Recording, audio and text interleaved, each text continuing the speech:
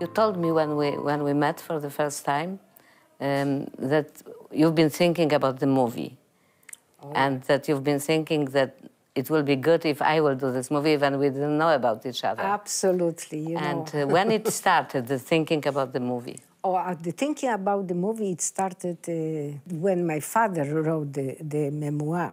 And my kids, you know, always, they said, you know, this story, it should be made a movie of this. And some people who heard the story, they always said me, why don't they make a movie about this? And it came to my head, I said the movie, but I always was thinking, if the movie will be possible to make it, I want that the director will be Agnieszka Holland.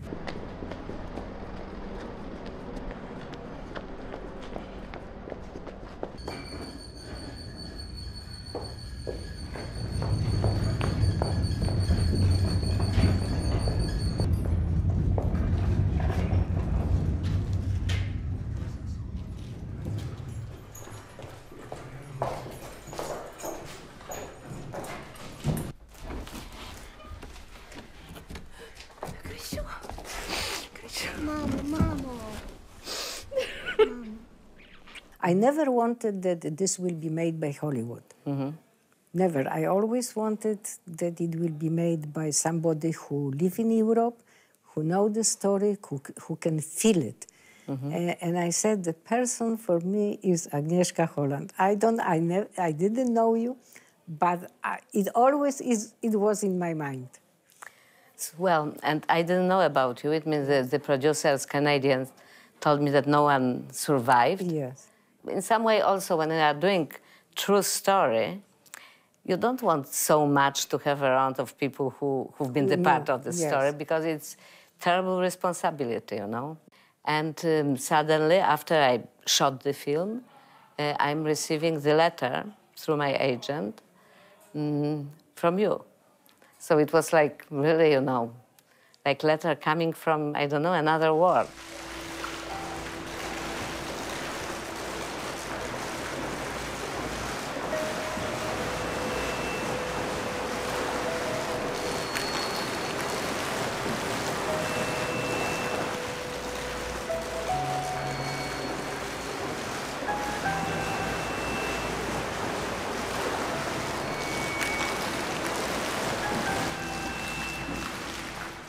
So how did you feel about it? How did you know that the movie is in making? I didn't know that the movie is in making. When I got the news about the movie was done already. It was by a coincidence through Beata John, the one who translated the book, The Girl in the Green Sweater, to Polish. She contacted a rabbi in New Jersey. Mm-hmm. This rabbi wrote about my story. Mm-hmm. And this article was published on internet. She found the article, and she wanted to know if somebody from those people, 10 people, is still alive. She said about the movie even to the rabbi, because the rabbi, when he called me, he said, Christine, do you know about the movie? I said, what movie? Mm-hmm. He said, about you. I said, no, I don't know anything about it. He said, yes, I have this journalist from Poland. She called me and she said... Of course, I was very tense. What you will tell about the movie? We organized the screening for you and Marianne in New York. The movie wasn't finished It wasn't finished. Yeah. It wasn't finished, but I wanted you to see it before it is finished, because I told to and I read your book in this time. Yeah. I told to myself, if something is not right, you can tell me and I still maybe can fix it. And how it happened after? We went to see the movie, and you know, I was so moved. I was crying all the time and shaking, but I said to the producer, because they were two, and I said, she did this such a truthful way. Everything is true what she put in this movie. I didn't have anything, you know, to correct.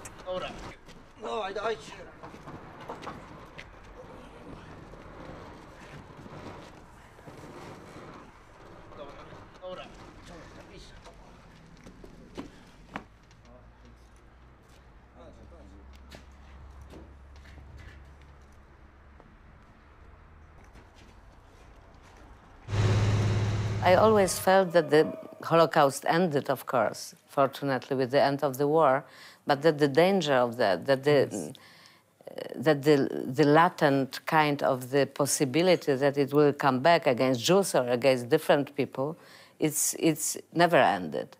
So I always felt that the message about Holocaust is that you cannot think that it's over, that it's like the past, and that we cannot be contaminated by that, and that the mystery of the evil, how it's possible that the humanity comes to this extreme, that this question, this mystery was never answered. Every story of the survivor is extremely interesting.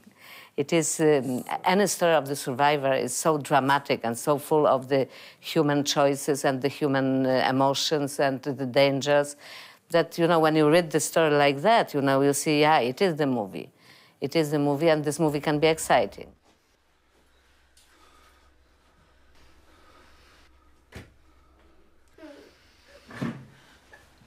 Mamo, czy to Aniu? Nic. To Wandzia. Moja kobieta. Znaczy się żona. Your book, Yeah. It's called the Girl in the Green Sweater. And the sweater we have for the little girl in the movie is very similar to the real sweater. So she had to find the photo. Yeah. And how it was with the sweater? How did you? Why did you call the book like that? This sweater was knit, made by my grandmother before the war. And I wore the sweater during the war in the ghetto, and I used to wear the sweater in the sewer. And I kept this sweater, and one I remember, it was some holidays, a Jewish holiday, I think maybe New Year or something. We had a dinner with my sons, you know, in my house. And I took the sweater and I said to myself, I will show them. They never saw the sweater. I will show them. And I brought the sweater and I said, you know, I have something that I want to show you.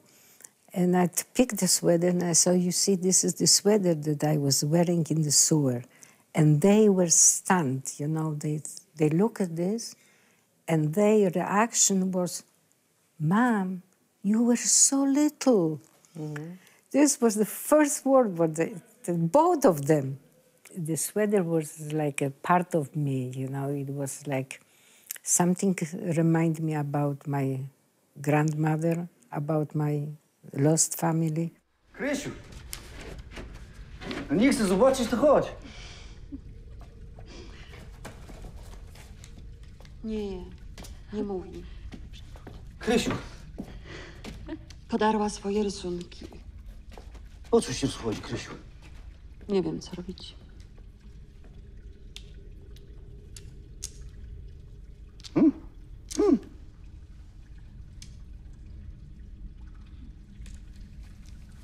Krysiu. Chodź. Chodź tam. Krysiu, I was always thinking what you did after leaving the sewers. What happened after? After we left, we still stay in Lvov, and the first thing what my parents did, they sent me to school. Exactly. Yes. How it was, the school for you? This, it was different that I thought, but it was, from the beginning, it was difficult because, you know, I looked not so good after sitting in the sewers for 14 months.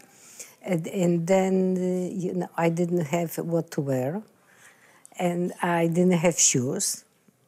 And my father made shoes for me from newspaper and this tiny ropes. He tied this, and with wearing those shoes, I went to school, and I was very, you know, ashamed? Feeling bad. I was ashamed that everybody had shoes and I didn't have. And I was always putting my feet under the table that we had in school. And I was sitting to one another girl, and suddenly she asked me why I am writing from the left side to the right. And I said, this is how you write. I went home and I asked my mother why she asked me this question, that I'm writing from the left to the right. That my mother explained to me that because she knows that I'm Jewish, and Hebrew alphabet is from the right to the left. And you know, I was surprised how girl, 7 years old, can ask me question like this. And you think it was anti-Semitic, or it was just curiosity? What it was? Maybe it was curiosity. Maybe. On the other way, I think it was a little bit sarcastic too. The way how she asked me, you know, with this smile on her face. My father taught me in the sewer. He already taught me how to write, how to read, how to count. And I was much more advanced than the other kids. It means the sewers have been the best school for you. Yes. Da streute er anderen Tags sein Brot in kleinen Stückchen auf den Weg. Rozumiesz, Słonko? Ja już wszystko rozumiem po niemiecku. Unsere Geheimsprache ist nicht mehr geheim.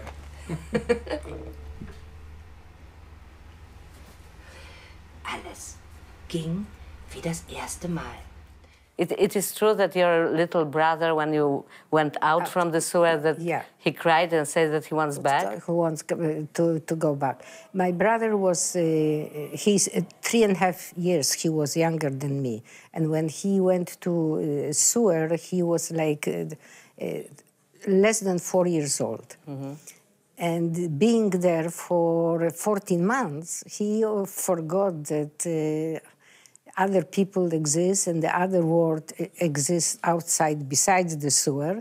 And he got used to play with the rats, and he thought that this is his life. When we came out from the sewer, he was scared because suddenly he saw the light and other people. He was scared, and he was pulling my mother's coat, and I want to go back. Mama, I want to go back. Did you feel that is the freedom? Did you have those strong feelings that the world is now totally different? Oh, absolutely, absolutely. I was so happy, you know. I was always yearning to see the sunlight and the flowers and play with other kids. And when we came out, you know, I felt so happy. Even though I was very, you know, embarrassed, and because the way how I look like, but I was very happy.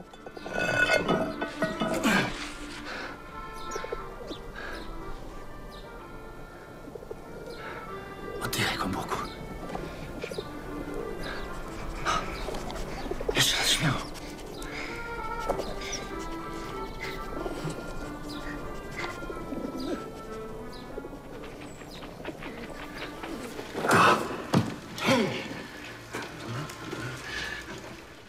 My parents always wanted to immigrate to Israel, but we were always refused. And then it came time with something they called it odd village. Something After 56. Yes. And we got permission that we can live. And in 1957, we immigrated to Israel. How did you feel there? I remember we were standing, you know, in a ship that we were approaching Haifa, and it was evening, and it was so beautiful. This is similar when you go to Genoa, because the Haifa is on the mountains, and you see the lights. It was so beautiful, and I was looking at my mother, and she was standing, you know, and she was crying, and it was very emotional for me. I'm changing. I left all my friends in Poland, and then I'm coming to a country that I don't know the language. I didn't know Hebrew, I didn't know English, and but it was also very exciting. Did the people in Israel were interested in your war story or not too much? At that time, they weren't too much interested, you know, about the Holocaust, about what we went through, because they used to say, you know, they had a very difficult time too, that they had a Senate, that they got only one egg for a week, you know, it was very difficult with food, things like this. They didn't want to know hear. about it. No, not about, to know about it. And besides, the Holocaust survivor didn't talk about it either. Yeah, it's exactly that the people, survivors didn't talk for a long years. For a long time. So maybe you are so healthy because you did talk about it in the family. Absolutely. Próbowałem dostać się do obozu na Janowskiej. Kiedy zabiłem tego żołnierza, to tam szedłem. Ciebie całkiem pojebało, korsarz. Zamierzam spróbować jeszcze raz. Potrzebuję pana pomocy.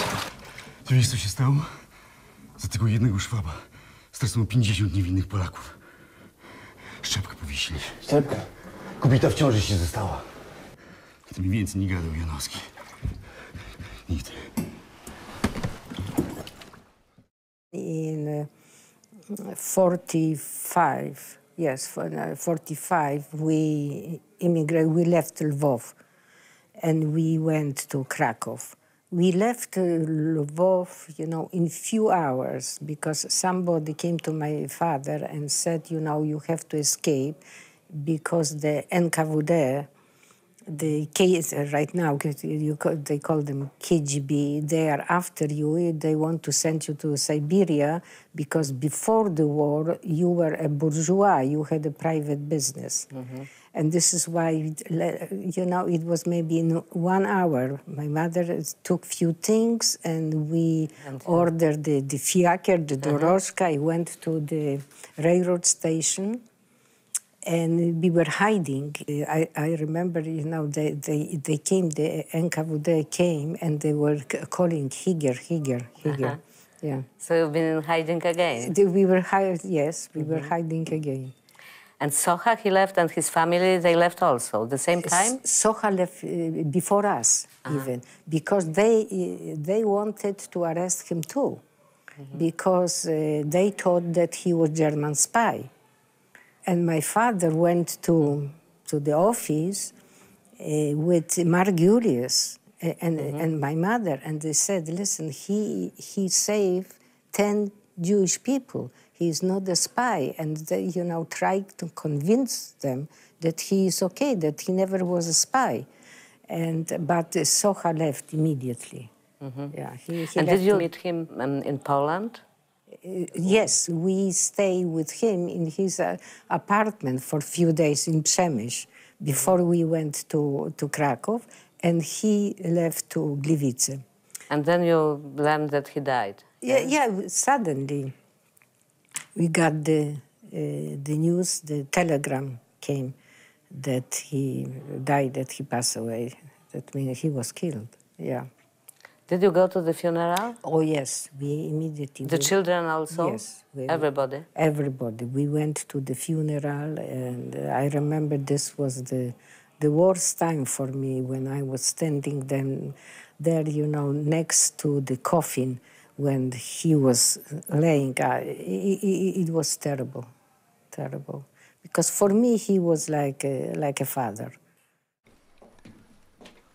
Wandzia, to dla ciebie. Schowek ile stawcie? Nic, będzie więcej. Ja dostał podwyżki. Mieli? No rozpowiadaj. Ludzie są zawisne.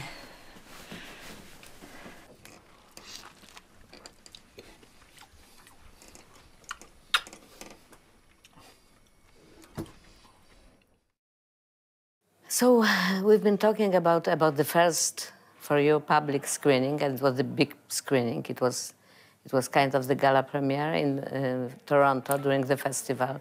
And how did you live through the screening and after the screening?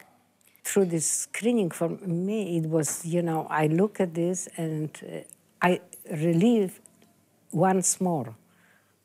When I saw the movie, it came back to me, and every scene that you were showing, it was so realistic, you know, that I was shocked. I was so moved.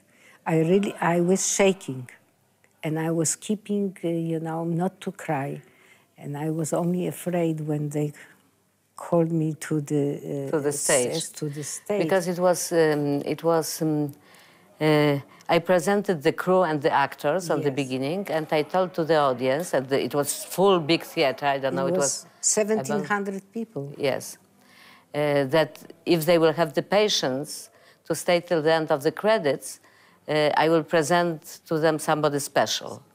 And when the credits started, the people started to clap and they stand up. It was standing ovation. They've been very moved. And then I went on the stage with the festival director and I took you in. And it was, and I took you and I told that it's Krysia, this little girl, because the last image of the film is the image of little Krysia looking up. And everybody started to cry. It was extremely emotional. And I started to cry for the first time, really, you know, before when I was doing the movie, you are in some way cold, and you have to be cold. You cannot cry when you are doing the movie because you are losing the perspective. Su nagrodę, kto wskaże Żyda. Kupa ludzi niezły pieniądz na tym robi. Bóg ich za to skaże. Ale tu łony ukrzyżowali Jezusa. Jak powiada Biblia, krew Jego na nich i ich dzieci. Ksiądz Tadeusz tak bałakał. I taka ich polityka. Wystarczy pomyśleć. Żydy są takie same jak my. I nasza Najświętsza Panienka, apostoły, one wszystkie byli Żydy. Nawet Jezus. Jezus? And suddenly this work and the life met together, and it was very touching. So I remember two girls in the first row, young girls, who've been crying so much that the tears was going like the fountains from their ears. So we promised you a very, very special festival moment. The little girl in the film, 7 years old.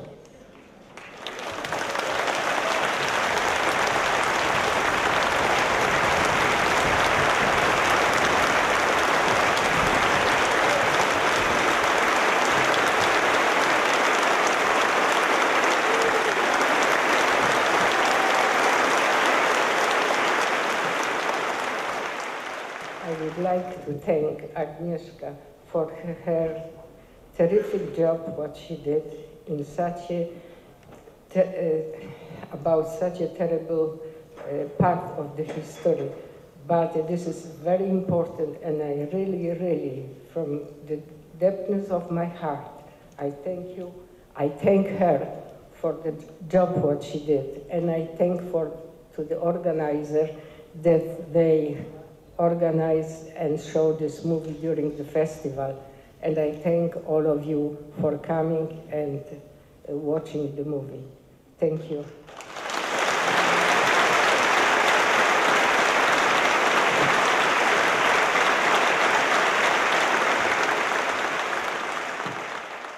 You think there is some kind of the moral of the story? When you was writing that you wanted people to know what happened, or you wanted to pass a message also? Both. What was the message for you? The message for me was, you know, to show the people that you have to be persistent and you have to have a hope that you can overpower, you know, the evil and survive.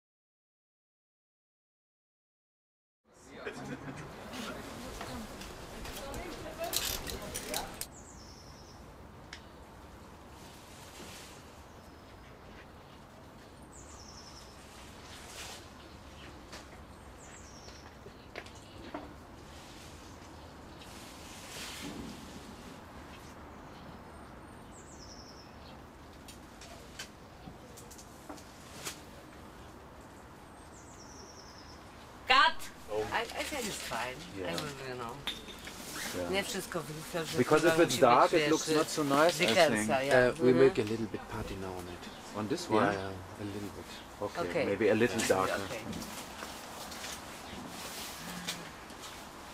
You know, the sewers. It means the fact that it's such a powerful representation of, you know, of alternative life or of the survivor. That, of course, you have a lot of stories and very interesting stories, very powerful stories about the people during the war in hiding in the cellars or hiding in the, you know, in the cupboards or in different places, sometimes incredibly, you know, tight places. And but the sewers are different. The sewers are like, you know, like the hell, like the Hades, like the, you know, symbolic place for, you know, for somebody who cannot live upstairs, who cannot live the normal life. So I was attracted in the first place by this, you know, very symbolic visual dimension of the story, and after I was attracted very much by the main character, the Polish character, the sewer worker, who is certainly not a very good guy, at least at the beginning, and certainly somebody who is very human and very ordinary, you know.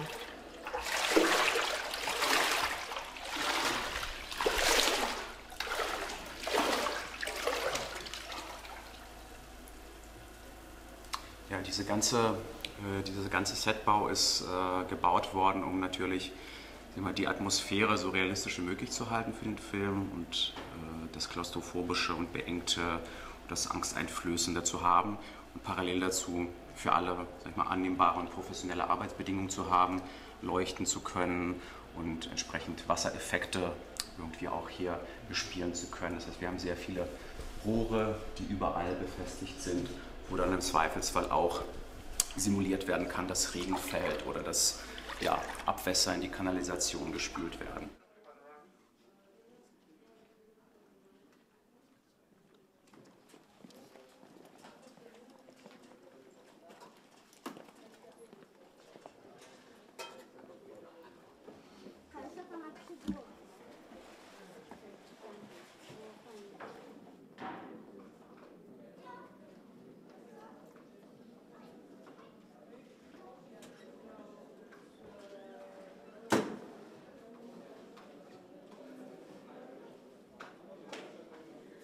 Also wir haben natürlich teilweise Realsets, die wir mit diesem Studiobau verbinden werden, und wir haben uns bei dem Studiobau auch an Realsets orientiert. Das heißt, diese Querschnitte, also diese Ei-Form und vieles andere und auch die Patina und Textur finden sich auch an unseren Real-Locations wieder, sodass, wenn wir zum Beispiel hier um die Ecke laufen, dass wenn wir hier um die Ecke laufen, kann man dann quasi auf die Kamera dann wieder aus einem Realset kommen. Das heißt, wir haben viele Möglichkeiten zu schneiden, und die Formsprache ist so universell, dass wir im Grunde genommen immer die Chance haben, real mit Studiobau zusammenzuschneiden. Wobei ich persönlich das Gefühl habe, dass aufgrund der besseren Beleuchtungsmöglichkeiten und auch der professionellen Arbeitsbedingungen dieses Set wahrscheinlich, oder ich vermute es mal, fast realer als die echten Kanalisationen aussehen wird.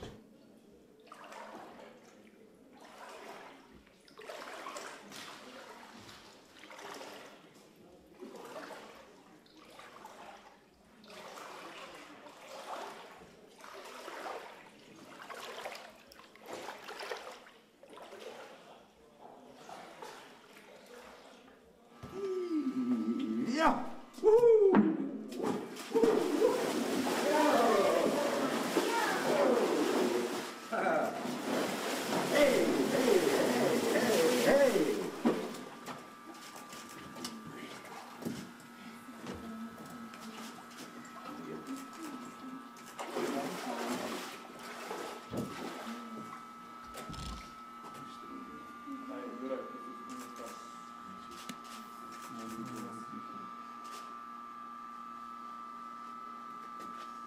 Diese Entscheidung, die da gleich am ersten Tag getroffen wurde, als wir hier in das Studio gezogen sind, finde ich absolut richtig. Also, dass man auf der einen Seite zwar ein Studio baut mit allen Möglichkeiten eines Filmstudios, nämlich die Decke hochzumachen, die Wände wegzunehmen und von überall zu leuchten oder auch zu filmen oder den Ton zu angeln.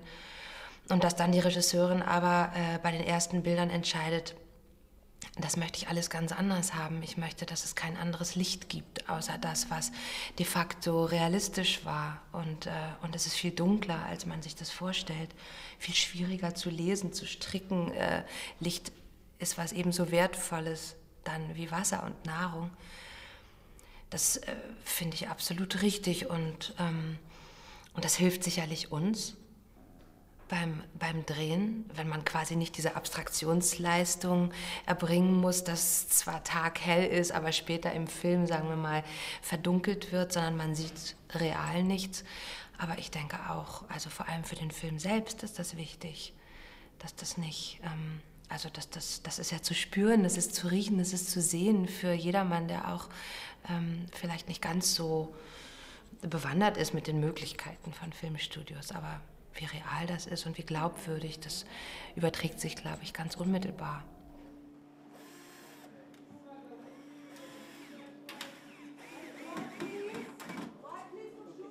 Cisza ujęcie!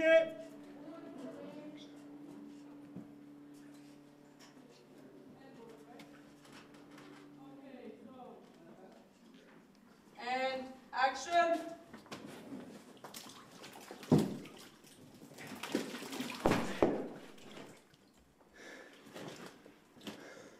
Ich finde das Set fantastisch. Also ich bin da ganz, ganz dankbar für, weil ich wesentlich lieber in Originalmotiven arbeite, weil irgendwie Wände eine Seele haben, Wände etwas erlebt haben, was in den Steinen die Steine beseelt hat über die Jahre. Und Filmsets sind immer so unglaublich artifiziell. Du schlägst eine Tür zu und das ganze Haus wackelt.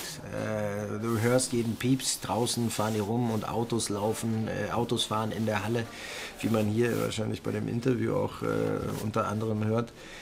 Und da ist hier einfach etwas geschaffen worden, was es mir sehr leicht macht, in diese Welt einzutauchen, weil es so unglaublich real aussieht. Und auch das Lichtdesign ist ganz toll, also oft einfach nur schemenhaft.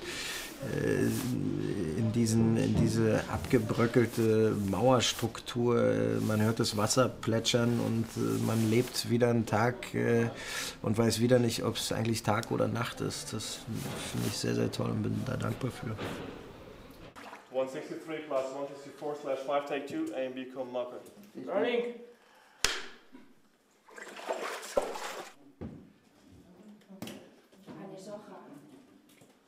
Nie możemy je płacić. Ostatni piątek, płaciliśmy resztę. Nie ma nic.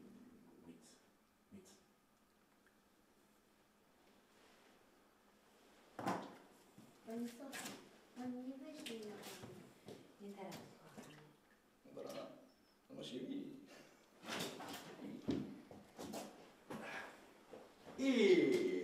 Ja!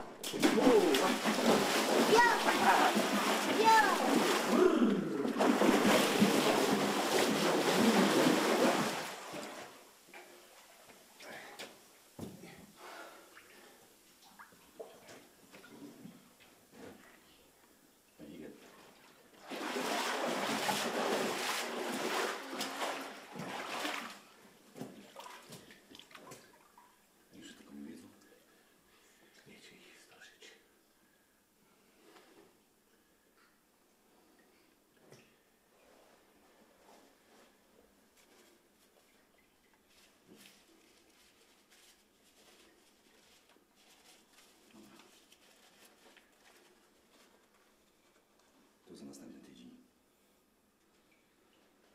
Niech pan mi zapłaci przy nich.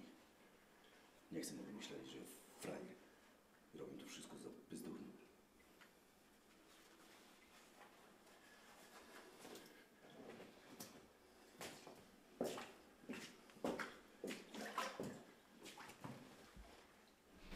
Na, das ganze Studio hier, wie das aufgebaut ist, diese ganze Ausstattung, die sind schon sehr, sehr gut vorbereitet und das ist schon sehr sehr gut gemacht und mit dieser ganzen Flutung auch, mit diesem ganzen Nassbereich da unten, das ist schon, man kann sich da vorstellen, wie feucht und wie fürchterlich das alles ist. Und dann halt auch, ja, du bist in der Scheiße einer Stadt, steckst du und fühlst dich scheiße und bist auch als Mensch fühlst du dich wie der letzte Dreck und so. Das ist schon unglaublich, was man da irgendwie so spürt, was der Mensch dem anderen Menschen eigentlich antun kann, wie schrecklich das eigentlich ist.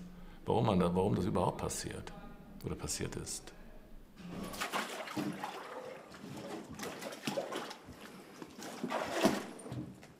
No!